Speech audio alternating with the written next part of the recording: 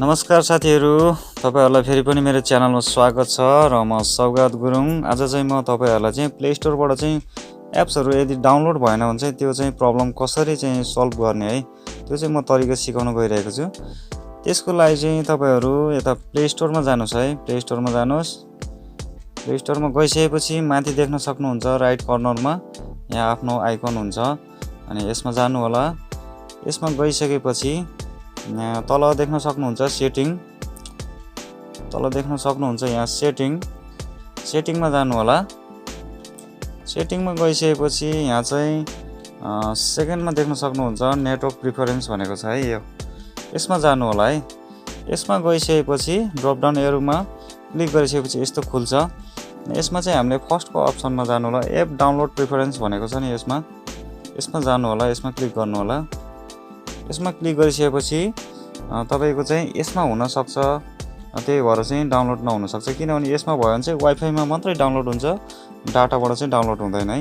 त्यही भएर हामीले चाहिँ माथिको अप्सनमा चुज गर्नुपर्ने हुन्छ, यो चाहिँ चुज गर्नुपर्ने हुन्छ, ओभर एनी नेटवर्क भनेर चुज गर्नुपर्ने हुन्छ। यसमा चाहिँ वाइफाईबाट पनि हुन्छ, डाटाबाट पनि हुन्छ है।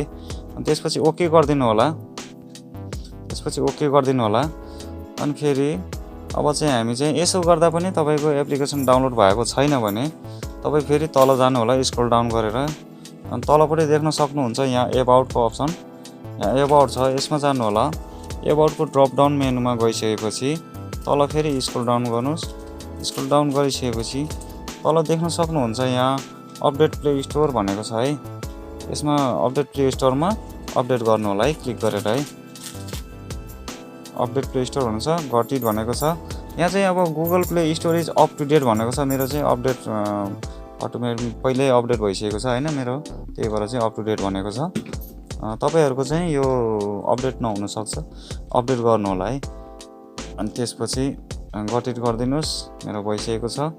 अब तपाईहरु चाहिँ अब ढुक्कसँग चाहिँ अपलोड गर्न के अरे एप्सहरु डाउनलोड गर्न सक्नुहुन्छ है।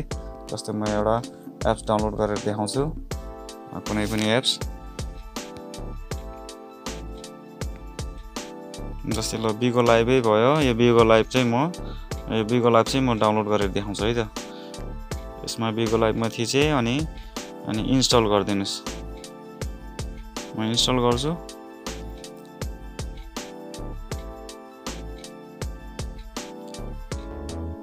देख्न सक्नुहुन्छ मेरो इन्स्टल भइरहेको छ, म चाहिँ अहिले क्यान्सल गरिदिन्छु।